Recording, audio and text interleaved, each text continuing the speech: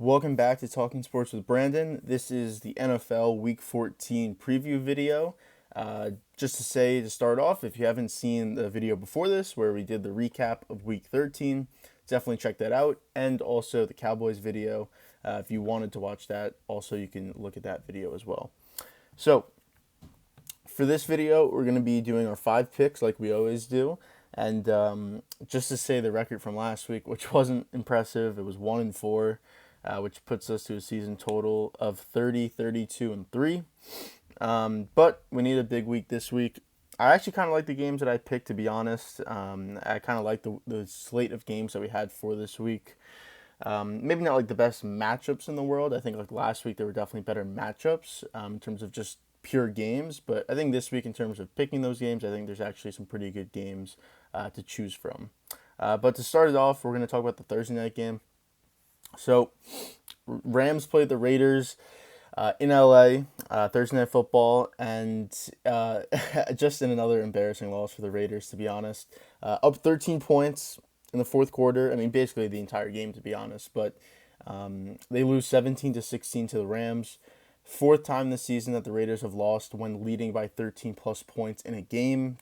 I think they're the fourth team in the NFL history to do that in a single season, I believe. So, just embarrassing. You know, a team that had won 3 straight games was at 5-7. If they win this game, a team that you're playing on a short week that's just super depleted, injuries everywhere. Obviously, they've just been really bad so far this season. You need it. You need this win just to get you to 6-7. You have a chance at that point. Who knows? You definitely have a roster that's capable of winning games. But being 6-7. With the way the AFC is kind of shaping out, I thought it would be a little bit more of a powerhouse in terms of the wild card, but it's definitely still available. If you're 6-7, the Raiders' remaining schedule is Patriots, Steelers, Niners, Chiefs. Not the easiest schedule, but the way that you're playing, if you were able to win this game, Patriots, Steelers aren't the hardest opponents. It would probably be tough games, no doubt, but you could definitely win those games. Niners, Chiefs. I mean, Niners a little bit easier with Brock Purdy, no Jimmy G, but. Still a tough game to that defense, but it's possible. I mean, 3 out of your last 4 games are at home. It was setting up for you to potentially win not every single game, but at least counting the Rams game, 4 out of your next 5. Clearly, that's not going to be the case anymore with them losing this game. Like I said, it's just flat out embarrassing. So, the Rams, they claimed Baker Mayfield off waivers on Tuesday, and they said he was going to get, he was going to be active for this game, and he was. And, the reason was that John Wolford, their second quarterback to Matt Stafford, had been dealing with a neck issue, and they weren't sure if he was going to be able to play. They wanted to see how he was in pregame warmups. He said that he could play. He proved that he could play, and he only played the first series, and he didn't even throw a pass. It was just 3 handoffs. So I don't know really at that point what the point of starting him was if you weren't even going to throw a pass with him, and then the next series you were going to go to Baker. But is whatever. Baker was basically the starter in this game, and he really showed out. He was 22 of 35, 230 yards, a touchdown. Led them on a game-winning 98-yard touchdown drive with under 2 minutes, no timeouts, to win this game with about 6 seconds left in the game. So I just super impressive drive. And again, that's going to a really complicated offense. Now, obviously, they could dim it down, make it a little bit more basic. But in a 2-minute drill with no timeouts, that's really impressive to do that because you don't know. There's certain keys and signals that teams have, and obviously if you're in an offense, you know the playbook. You just know certain things, and he had to get everything from the sideline, everything McVay was telling him. He had to comprehend it and then put it to the rest of the team. So it was just really impressive that he was able to do that because that's probably the last thing you wanted was a 2-minute drill, especially with no timeouts where you can't even call a timeout, talk to the guys on the sideline. And to be able to run that in a really impressive manner where he had some big throws. He had Ben Skoranek on the right sideline for a huge 32-yard gain. He had Van Jefferson for the game-winning touchdown on a really nice throw. Really nice catch, but a perfect throw. And it was just, again, I mean, he's proven in the past that he can do this. Now, is he like a high quality starter? No. Is he even like an average starter? I think he can be average on certain teams. Now, look, will this performance continue? for the rest of this season. This team still isn't a good team, so I don't see it happening. But he's definitely, if he could prove himself over these last couple of games, that he could work in an offense, and with a team that has no wide receivers, no running backs, no offensive line, if he can prove that he can kind of run an offense and do some things, he's going to get another shot next year. I don't see why he wouldn't. I think a team that needs a quarterback and maybe has a wide receiver, maybe has a running back, and kind of just needs someone to manage the game, but also make some plays if they have to. I think he can do that, but again, he has to prove it over these last couple of games. And I think being with the Rams, being with McVay, that's the one constant for the Rams, is that they do still have McVay on that team. So you at least do have that offensive genius, the offensive mind that you have. So he can make you look a lot better in different ways. And with them having the short week and then obviously kind of a mini bye, not playing until next week, you do get some time to learn the playbook and get more integrated with the guys. So yeah, impressive from the Rams side, but like I said, embarrassing from the Raiders side. Penalties on the last drive. They get an unsportsmanlike conduct penalty. They get, I think it was a holding or a pass interference call in the last drive. They get an offsides on a punt. Just that led to a touchdown that made it 16. That made it 16. 10. So just embarrassing, to be honest. I really can't think of another word to say. So Raiders, it was their chance. They blew it. I guess it's just typical Raiders, I guess you would say. So that was the Thursday night game. Turned, what looked to be a pretty boring matchup where, again, Raiders won 3 straight, Rams have lost 6 straight. They're, Baker Mayfield's going to start, Wolford's going to start, still a bad team anyways. You think the Raiders are just going to kill them, or at least win pretty comfortably. But it turned out to be a very exciting game. So again, that was Thursday. We move on to Sunday, where we go to the 5 picks. First pick, Browns, Bengals. I'm taking Bengals minus 5.5. And the reason I'm doing this is because Joe Burrow has never beat the Bengals in his career. Beat the Bengals. He's never beat the Browns in his career. He's 0-4 against the Browns. And if you remember earlier this season, a couple weeks ago, they got blown out by the Browns on Monday Night Football. And that was a bad loss. Now they've definitely righted the ship since then. They've won a couple games in a row. Obviously, beating the Chiefs last week was huge. And going another week later, Joe Mixon will be back. I think that P. Ryan, obviously, who stepped in for Mixon for those 2 games, who had really good games and really solid production from him, I think he's going to have a little bit more of a role in this offense, which I think is good because Mixon's a good lead back, but I think that change of pace, and they are kind of similar. P. Ryan's definitely power, but he can catch the ball in the backfield. Same with Mixon, but I think P. Ryan's a little bit better.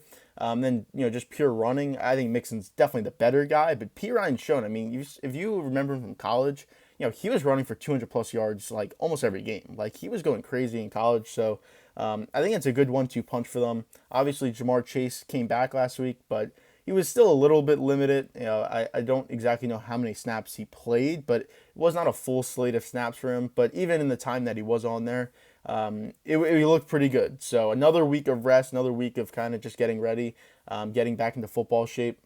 I think he'll be definitely primed and ready to go for this one. And just the way that the Bengals are moving, I think we all expected this at some point. They start 0-2, and they finally get to a point where they're 8-4. So they've won 8 of their last 10 games. Again, one of those losses, the blowout to the Browns, I don't see it repeating. They're also home in this game.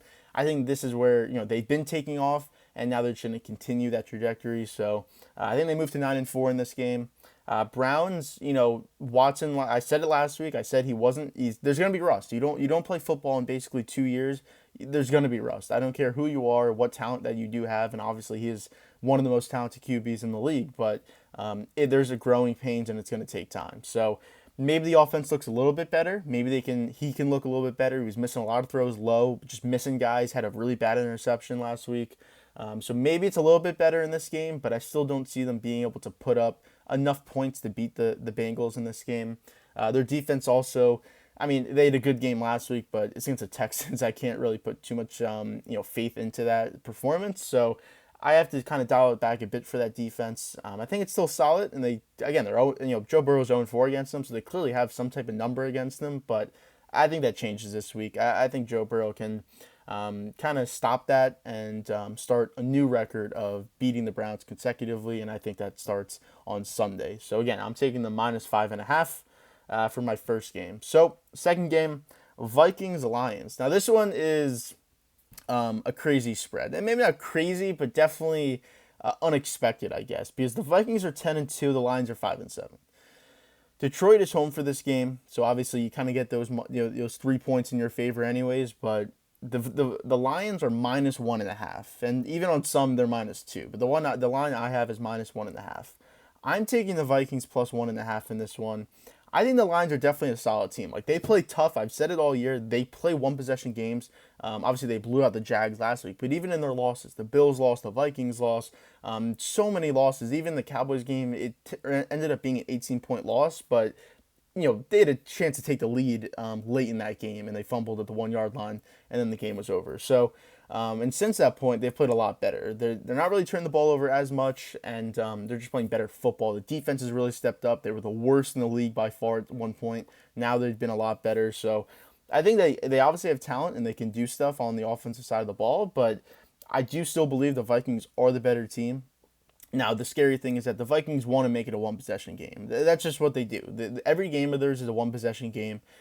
Same with the Lions. So I think it's kind of two teams that do the same thing. The Vikings are more talented and are the better team, hence why they're 10-2. But they both just play close games. They don't really know. The Vikings don't know how to close people out, and the Lions will never give up and they'll always keep fighting. So I think that maybe could kind of skew my pick a little bit because it could be a one possession game, and then it kind of gets kind of messed up because the Lions just keep fighting back. But still, being +1.5, I mean, you could just obviously win the game, or you could lose by one, which is definitely possible in a game like this. Again, it could come down to a field goal to win it.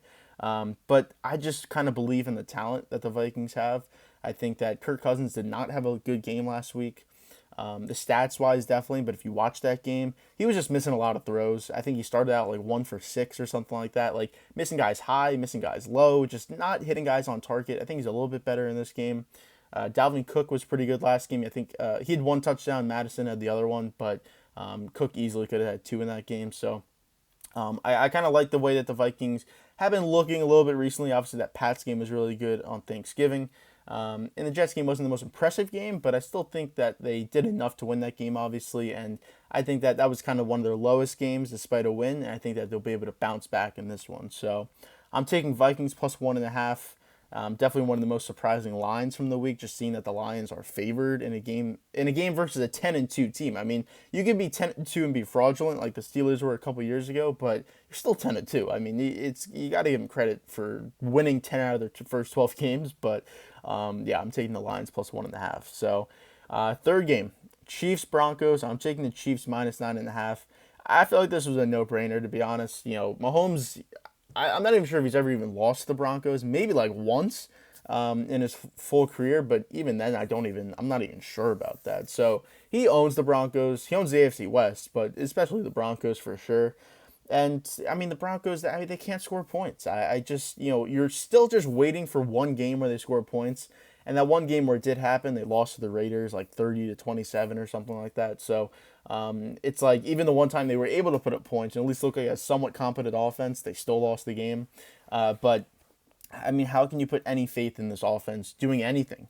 I mean, Wilson's average, he's throwing for 170 a game. He's probably throwing an interception. The run game, Murray's not been bad, but they're not really doing much on the ground. The defense is obviously playing great all season, but it only lasts so long when your offense goes 3 and out, maybe gets a first down here, but still punting. The other team's getting the ball at least at their 35-yard line, probably even farther. The average is definitely, higher than that. So it's hard to do, no matter how great your defense is, it's just hard to keep playing great defense possession after possession when your offense can't do anything and you're on the field constantly. And when you play the Chiefs, who didn't have a great game last week against the Bengals, obviously. Kelsey didn't do much. He fumbled. Mahomes didn't have a great game.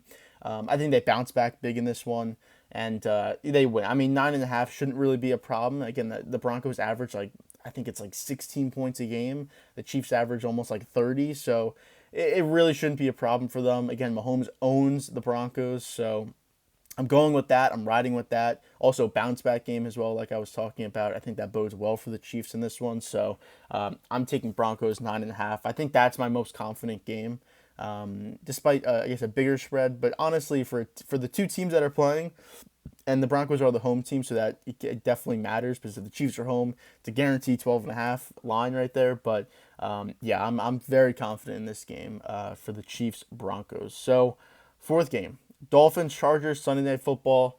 I'm taking the Dolphins -3.5. I think kind of similar to the Chiefs game in the sense of a bounce back game. So obviously the Dolphins lose to the Niners last week in San Francisco. They're in LA in this one.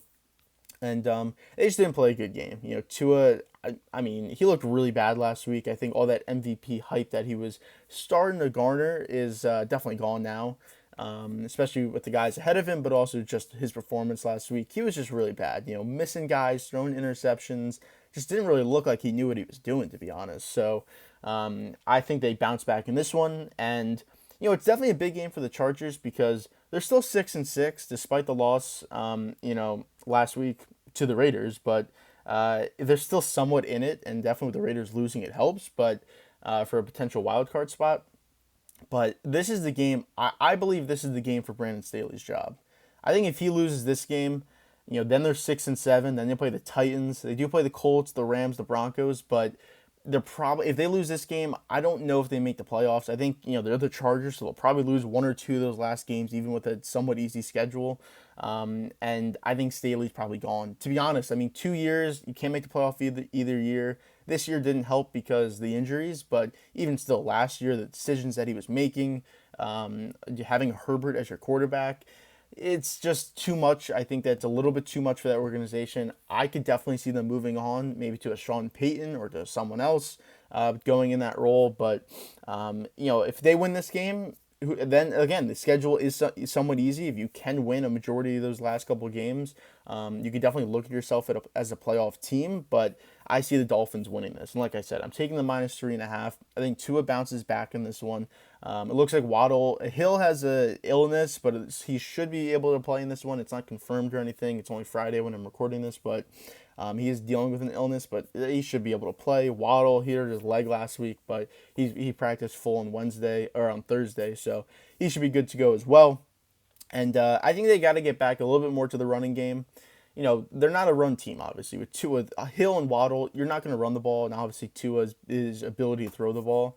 But I think they got to incorporate the run a little bit more. You do have two good backs in Wilson and Mostert, so I think they got to play off the run a little bit more, kind of take a little bit of pressure off Tua. It's also less hits as well, but it opens up the passing game way more. So I think they kind of try to establish the run. The Chargers are terrible against the run. They always have been. So I think that you'll see a little bit more of a heavy run offense in this one. And I think it's going to be a really good mix for them for this game. So again, -3.5 for this one. I like it. I like that line. And yeah, that's my fourth game of the week. So moving on to fifth game of the week, last game of the week, Patriots Cardinals. I'm taking the Cardinals +1.5. This is Monday Night Football. It's in Arizona, and you know what? I just don't have a lot of faith in the Patriots. They do kind of get a little bit of a mini bye. The Cardinals get a full bye, so I guess it's somewhat even. But I just I'm not a big fan of the Cardinals. We know that. I've been saying that. Kingsbury's probably gone after this year. But I do think they win this game. I do. And again, it's +1.5, so they technically could lose by one and I'd still get it. But I do think that they win this game. I don't know what I see from the Patriots. Again, the Vikings game, Mac goes for 382, looks really good through the air. But then the Bills game, he looks awful through the air. And the offense, the calling is weird, the formations, the schemes. It's just, what are they doing offensively? So I don't know if I trust them with their offense. Their defense could still play great. I know that. But I think Murray has a really good game this week. I think him using his legs in his last game, he had like 56 yards and a touchdown. I think he's got to use his legs more. The run game for them isn't bad with Connor, but Murray is really that X factor for them because he can run whatever he wants. He could do design runs. He could scramble out of the pocket because we know their offensive line isn't good and Judon's going to be on him all night. But I think he's got to run in this game because that's just it brings a different aspect to their offense when he could do that. Because look, you still got Hopkins on the outside, so you still got an elite premier wide receiver one, but being able to run with him, it just forces the defense to just change what they're doing a little bit, kind of a counter to what they're doing with the running the ball with Murray, and I think that's a big factor. And he hasn't been running it as much this season. It just seems like I think his biggest game through on the ground was maybe like 80 yards. It's just not a lot. I'm not asking him to be what Lamar was or Jalen Hurts or Justin Fields, but he just got to be able to do it at least like 8 times, I would say, 8 runs that could go for at least 50, 60 yards. It just got to be. You in the red zone, you got to be able to use your legs because again, no one's open. Besides Hopkins, I mean, Hollywood Brown's back. That's a big ad for them coming back from injured reserve. But in the red zone with no Ertz now, especially, that was kind of his go-to blanket besides Hopkins in the red zone. You got to be able to run. It's another way to score touchdowns. His team struggles with touchdowns. Using his legs is going to add to that, and I think it will help it a lot. So I like the Cardinals. I just don't trust the Patriots offense in this one, and I kind of just like the Cardinals. I think if they use Murray the right way, the offense will put up points. And if they get a lead against the Patriots, that's where you want to be because that means the Patriots are throwing the ball. They're not really using Stevenson on the ground that much, and you're forcing Mac Jones to beat you through the air, which if he does, you give him credit, but I think at least 80+% of the time, it's not going to happen. So those are my 5 picks. I'll just say them again. Just to recap it, but it's Browns, Bengals, -5.5, Cincinnati, Vikings, Lions, +1.5, Minnesota, Chiefs, Broncos, -9.5, Kansas City, Dolphins, Chargers, -3.5, Miami, and then Patriots, Cardinals, +1.5, Arizona. So those are my 5 picks, but obviously we'll just kind of talk about the other games just to say what they are. So it's Texans, Cowboys. I talked about it on the Cowboys episode, so if you do want to watch that again, check that out. But the line for this one is 17.5, ridiculous line. But yeah, we'll see. That's in the 1 o'clock window. I mean, the Cowboys should be able to win that game. If they cover, it doesn't matter to me as a Cowboys fan. But Davis Mills is back starting for them in that game, so we'll see. Maybe it changed a little bit. I mean, the reason he got benched was because they weren't doing anything, but they were doing even worse with Kyle Allen. So maybe it springs some life into them, but it really shouldn't be much. They're not that good of a team.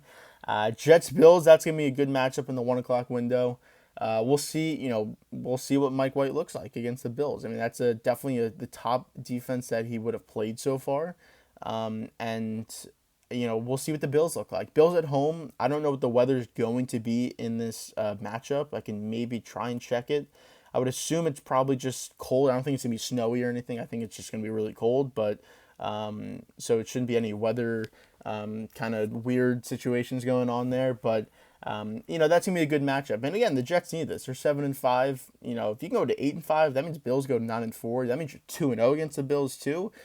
Not saying the division's still there, but it technically is still there. But they just need a win because if you go to 7-6, then you're kind of getting cramped together with all those other teams for the wild card spots. Because again, if Miami wins, they're 9-4. Bills obviously would be 10-3. Chargers, that means they would lose, so that means they'd be 6-7. So that would definitely help. So you probably do want. It's like, do you want Miami to win or do you want them to lose? Because you already beat Miami once. Technically, they'd still have one more win over you because they'd have 8 wins. You'd have, you both have 8 wins, I should say. So you'd be tied with them. So I guess you would want that. But again, then the Chargers would be 7-6, so they'd be right there as well.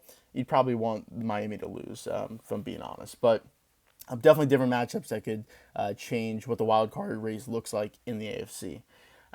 Talked about those 2 games. Jaguars, Titans. I mean, it's not much to talk about in that game. Trevor Lawrence looks like he's going to play. He hurt his leg really bad. Well, I wouldn't say really bad, just looked really bad. But he did finish that game against the Lions. But he should be playing in this one. Eagles, Giants. Saquon, he got put on the injury report, I think, yesterday with a neck injury. It looks like he should, something that comes up that late's a little scary because it's, you're practicing, and even when they practice in December, they're not really practicing. It's more so just like walkthroughs, just early, like early stuff that you're doing. You're not really doing hitting or anything like that. So kind of concerning that he hurt his neck in kind of a practice that you're not really hitting or doing anything in. But even still, the Eagles should be able to win that game. Maybe the Giants pull it out. They kind of do play Philadelphia close these last couple years, but they also haven't faced this Philadelphia either. So maybe a little different, but it could be definitely an exciting game, though, I think. But we'll see. Ravens, Steelers, it shouldn't be no Lamar Jackson in this one. It's going to be Tyler Huntley. So they need a win because, if the Bengals win, they're 9-4. Right now, they're both 8-4, but Ravens need to keep up pace with them. And with the way their offense is playing, I think the Steelers actually have looked pretty decent over the last couple weeks. I think Kenny Pickett's getting like a lot more comfortable in that offense. You know, maybe he's not looking amazing. There may not be putting up like 1,000 points, but like they're looking like a more competent team. And I think that's really good to see because I wasn't the biggest fan of Kenny Pickett coming out of college, and I always say like when you're a team that needs a quarterback, but you're not in the best quarterback draft, I just would hate to be in that position because it's like you kind of do have to take a quarterback if he's there. Like Kenny Pickett was there, what was it, pick 20 or whatever it was, 21, something like that. And obviously they took him because they do believe in him, but it's like, man, like if you're not in the best quarterback draft and you don't really believe in a lot, like any of these guys, like 100%, but it's just enough. It's like, do you still take him? Do you not take him? It's just a really tough position to be in, but I think he's looked actually pretty good over these last couple of weeks. And like Najee Harris has looked better.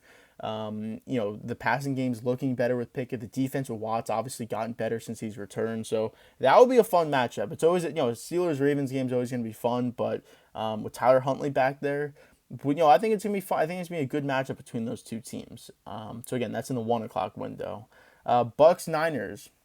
Another good matchup, maybe not the most high points or exciting matchup, but just in terms of Brady, obviously the rumors of him trying to go to San Francisco, them not really wanting him, and maybe he tries to kind of put his foot on them in this one, kind of a little revenge kind of game. Not really revenge, but also just saying you didn't really want me. I'm Tom Brady, you didn't really want me there.